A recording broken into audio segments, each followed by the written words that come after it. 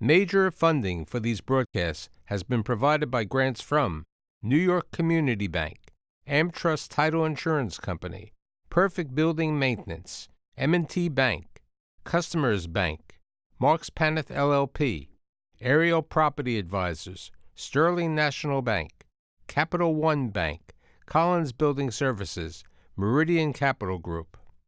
Additional support has been provided by grants from AVR Realty Company, Amerant Bank, Bank of America Merrill Lynch, B6 Real Estate Advisors, Briarwood Organization, Chase Commercial Term Lending, Chase Commercial Mortgage, Citizens Bank, CPEX Real Estate Services, Douglaston Development Levine Builders, Flushing Bank, Friedman LLP, Handler Properties LLC, Handler Real Estate, Hodges Ward Elliott INC, Investors Bank, James D. Kuhn Real Estate Center at Syracuse University, Kilroy Architectural Windows, New York's Window Company, Matone Group, New Banks, Newmark Knight Frank, Optimum Window Manufacturing Corp., People's United Bank, Rockefeller Group, Rosewood Realty Services, SJP Properties, Stonehenge NYC, TD Bank, Terra CRG, the Merengoff Family Foundation,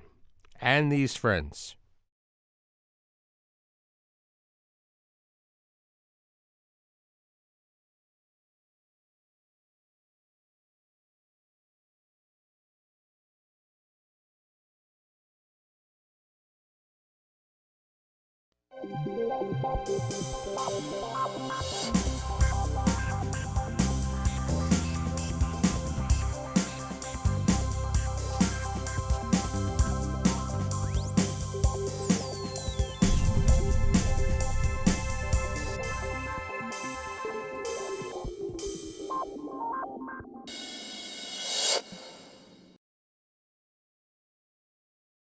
It's the best borough in the city of New York.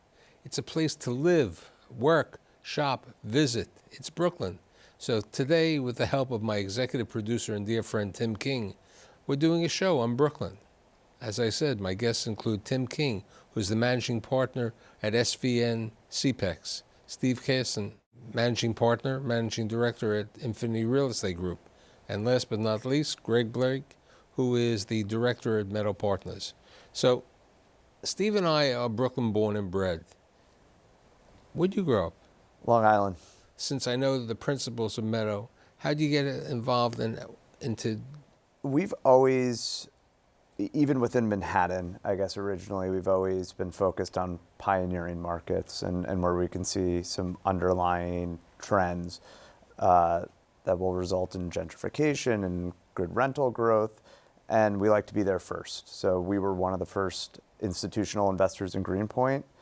We bought 110 Green Street, which was a distressed sale at the time, and then was when we sold it, the first $100 million sale in Greenpoint. And then we moved to South Williamsburg, and we saw a lot of parallels between that and the East Village and Lower East Side. You went to Greenpoint before Williamsburg, even though in many cases Williamsburg was first before Greenpoint. Well, Williamsburg had evolved, and so we saw and we were already in Long Island City, so it was a natural progression between the two neighborhoods of, this is a cheaper value alternative to renters that want to live in Williamsburg, but pay a price that's probably closer to Long Island City at the time. And so that was one of our first investments over there, and that's always been a theme for us, is relative value to what you can get either in Manhattan or now, probably more specifically, within different neighborhoods of Brooklyn. Steve, in your real estate career, not your life because you grew up in Brooklyn, where was your first investment and what are you doing today in Brooklyn? Sure. So our first investment in Brooklyn was a 6-pack of small properties that we bought from a historic owner that was coming of age and wanted to complete some estate planning. Residential or retail? It was a mixed bag. It was single tenant dollar stores, a couple of small buildings with a few units above retail. And what's really rewarding is that package of buildings resulted in some of the greatest small developments we've done in parts of Brooklyn that were mostly ignored during the first phase of Brooklyn's renaissance.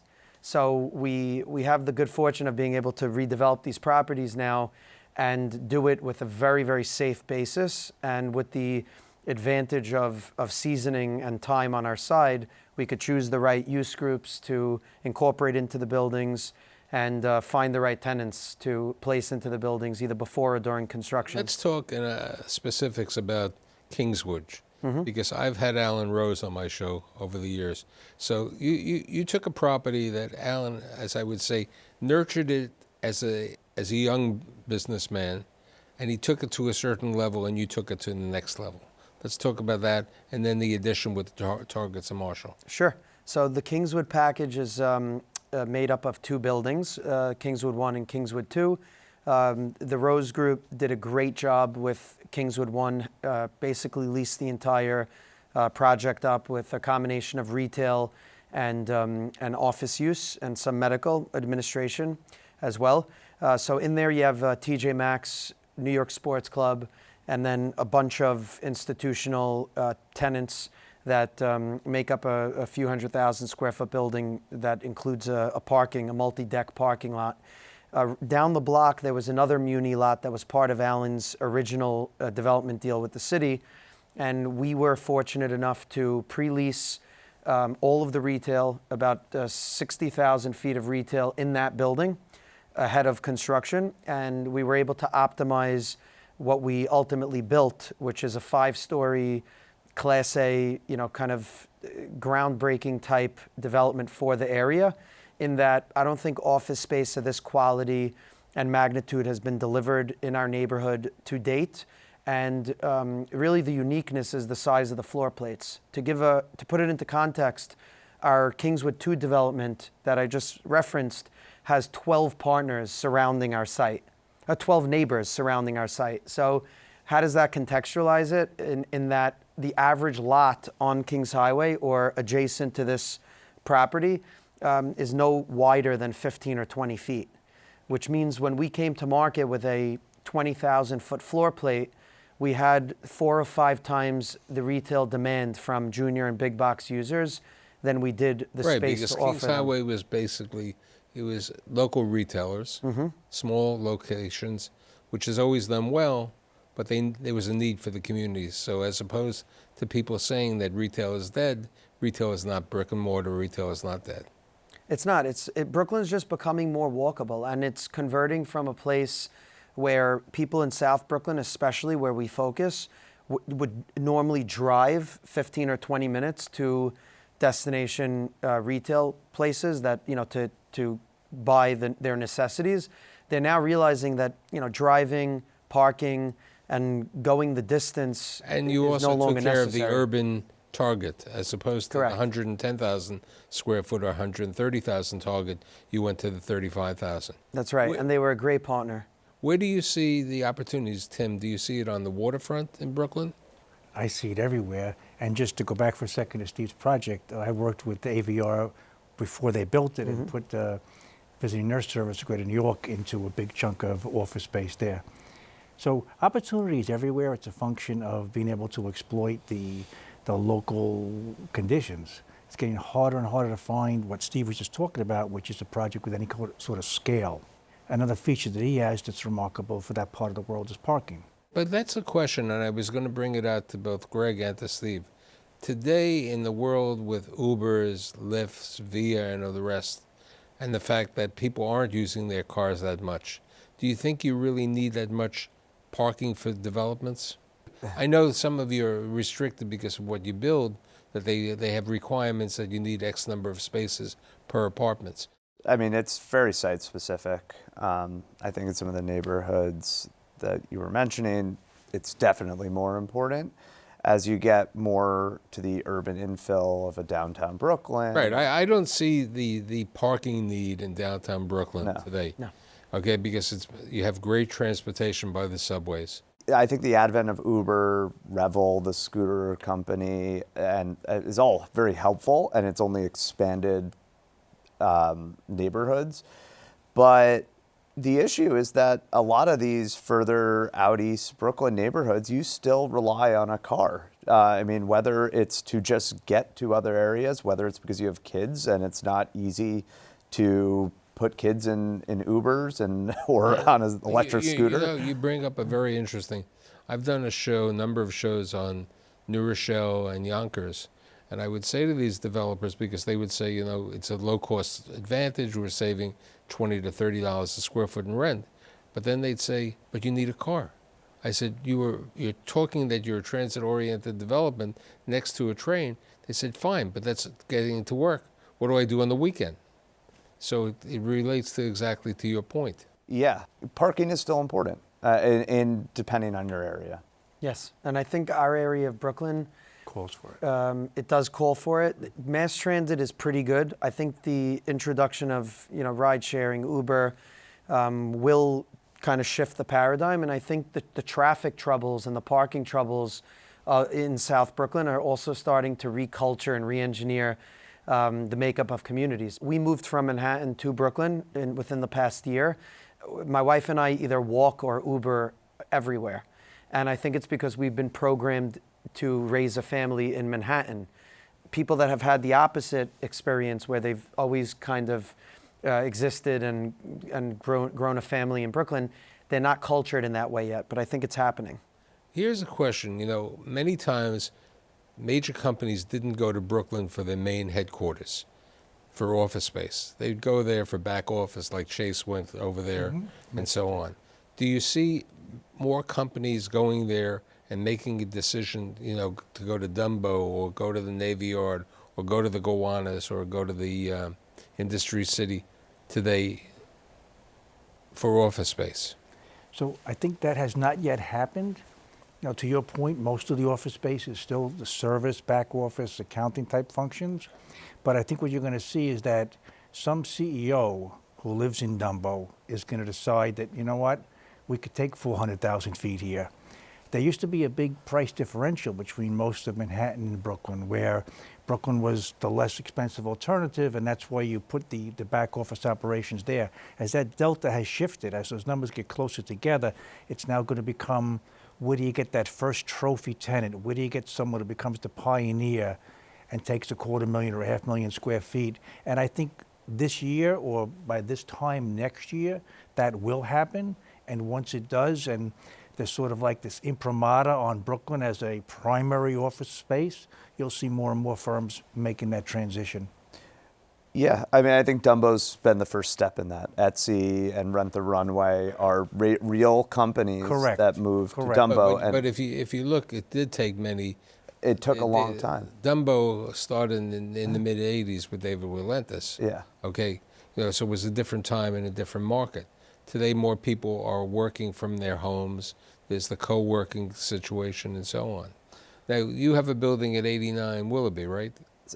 57 Willoughby. 57 Willoughby. What are the type of tenants you have over there? Right now, it's still legacy tenants. So it's Housing Works, which is a nonprofit, and the Brooklyn School of Autism, which is also a nonprofit school. Helen Keller actually owned the building previously and occupied the remaining space in the building, which they just moved down the street to Livingston, and now we're redeveloping it. But the types of tenants that we're targeting are, we've always taken a relative value approach. So whereas there's the new ground up projects that are trying to set the high water marks in some of these rents that we're talking about and trying to attract the major tenant from Manhattan, we've been trying to play off of the existing tenancy. Not that we wouldn't welcome a tenant from Manhattan to move over. The real key for the benefit of a tenant coming from Manhattan to Brooklyn is that they would be able to capture the REIT benefits, which is like $12 a foot. Mm-hmm. So that's a big opportunity over there for that person. But if to have that tenant who's growing in Brooklyn, you'd have no problem. It's just a question of the economics. Yeah, and I think Tim can probably attest to this. There's still significant demand for the courthouses, for regular businesses. Tammy is a very sexy tenancy term, but there are law firms, there are architects, there's design firms that are all looking at the space, and there's actually not much availability in downtown Brooklyn, aside from some of the new developments that are still being built. I think the growth in Brooklyn office is going to be more organic rather than Manhattan-centric larger firms making a move en masse, only because the talent pull of New York City coming in through Grand Central, the ferries, the path. If you look at Grand Central with both the Long Island Railroad and the Amtrak, you're going to have, it's really going to be a key. And many people on my shows have said the best opportunities in Manhattan are in the Grand Central neighborhood. It's a double. You're asking people to do a double commute in most cases to move to Brooklyn. I have an office of a relatively small organization of 25 people in Manhattan, and we've contemplated a move to Brooklyn. And we did a travel study for all of the key employees, and it was a pretty significant bump on both an actual time and a percentage basis to ask people to land in Manhattan from New Jersey, Connecticut, Westchester, wherever they come, and then to go from there to Brooklyn. And I think that's the major challenge. Now, the bright side of things is Brooklyn itself as a corporate center, medical center, retail center in New York City has a lot more population than it does build out of all of these uses. So the good news is I think that these new neighborhoods, these new business centers, medical centers that are popping up in Brooklyn are a result of a lot of pent-up demand and people that are tired of the expense and inconvenience of traveling to downtown Brooklyn or even to Manhattan for these services. I know that you were responsible a couple of years ago for Bed Bath & Beyond, who went downtown. How are the stores doing over there? So it's about Bar and Shine in Sunset Park? Right. So they're doing very, very well. In fact, I had some executives from Bed Bath in the car a couple of weeks ago talking about the shifting demographics, how you could literally go up 30th Street from 3rd Avenue to 5th Avenue and see one part of the world where you might almost think that you were perhaps in Mexico City or something. Go a few blocks further north to 8th Avenue and you're in Hong Kong, and a few blocks up and you're in Jerusalem on 13th Avenue. And these guys were kind of blown away with what a crock pot, never mind a melting pot of humanity was there. So they're doing fine. They, again, like Stephen mentioned earlier, his tenants exceeding expectations. Those stores are knocking it out of the park. And I know that next door to Industry City, they're trying to get the ULURP started to bring in more retail there as well. And that goes back to the earlier point of the scale, because there's only those sorts of places where you can still be able to accommodate a 100 or 200,000 square foot tenant. It's getting harder and harder to do elsewhere. How do you compare the residential in downtown Brooklyn to the residential in Long Island City? They actually are fairly similar. They're totally different, but the renter has a similar demographic. And I think in both... Because they're both relatively close to the city to come into to work. Yeah, different areas, Right. Downtown versus midtown, and they're both offering very highly amenitized buildings, something that is frankly not really offered anymore in Manhattan. You're either in a walk-up or it's a luxury condo building. There's not much of an in-between if you want to live in Manhattan. And so you're seeing a lot of people migrate to these areas, especially as they mature now and have the retail and, slowly are getting offices over there as well. From having properties in both areas, That's why I brought up the you question. often see on the leasing report that this person is looking in both Long Island City and downtown Brooklyn. On the retail aspect, how do you look at downtown Brooklyn to, let's say, the Brooklyn College neighborhood where the Triangle Shopping Center is? Yep, the Junction. The Junction. I think it's a story of different maturation. Downtown Brooklyn is fully urbanized. A lot of great independent concepts and chain-owned concepts have already come. They're tested. And I think it's been attracted by all the residential and commercial development that's gone on through the last two cycles.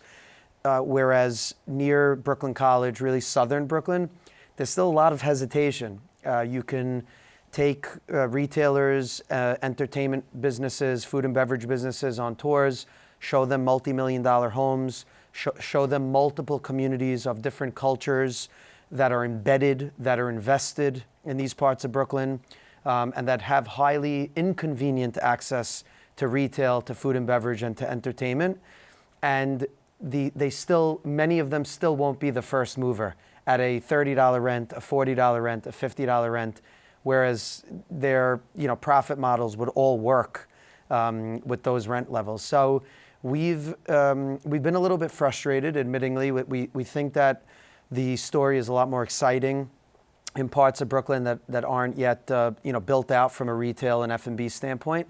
And we feel like things are starting to happen, albeit slowly, and that early movers will be rewarded and have been rewarded. What about the Gowanus? Timmy, anyone? So again, the Gowanus is one of those areas where the pioneers are now have essentially established the validity, the need, and you're starting to see more mainstream tenants come in. And I think that that's an area where the retail rents are going to continue to just skyrocket over time. What about Red Hook?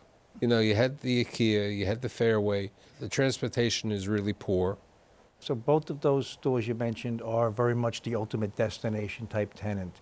I don't know that you'll see Red Hook develop into the same sort of retail concentration as you would in Sunset Park, the Gowanus, or downtown. Did anyone ever realize that the retail was going to do so well in Williamsburg, I think? It's outperformed. I mean, the original Edge development on the waterfront created a pedestrian foot traffic that was not, I think, anticipated originally to the L train.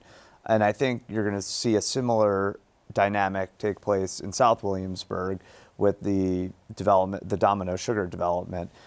From there and along South 4th, South 5th, South 3rd Street to the JMZ, you're going to get similar foot traffic because of the sheer density of these developments. Now, when we're talking about Brooklyn, which is large, we've omitted talking about Coney Island and East New York. Any thoughts about that?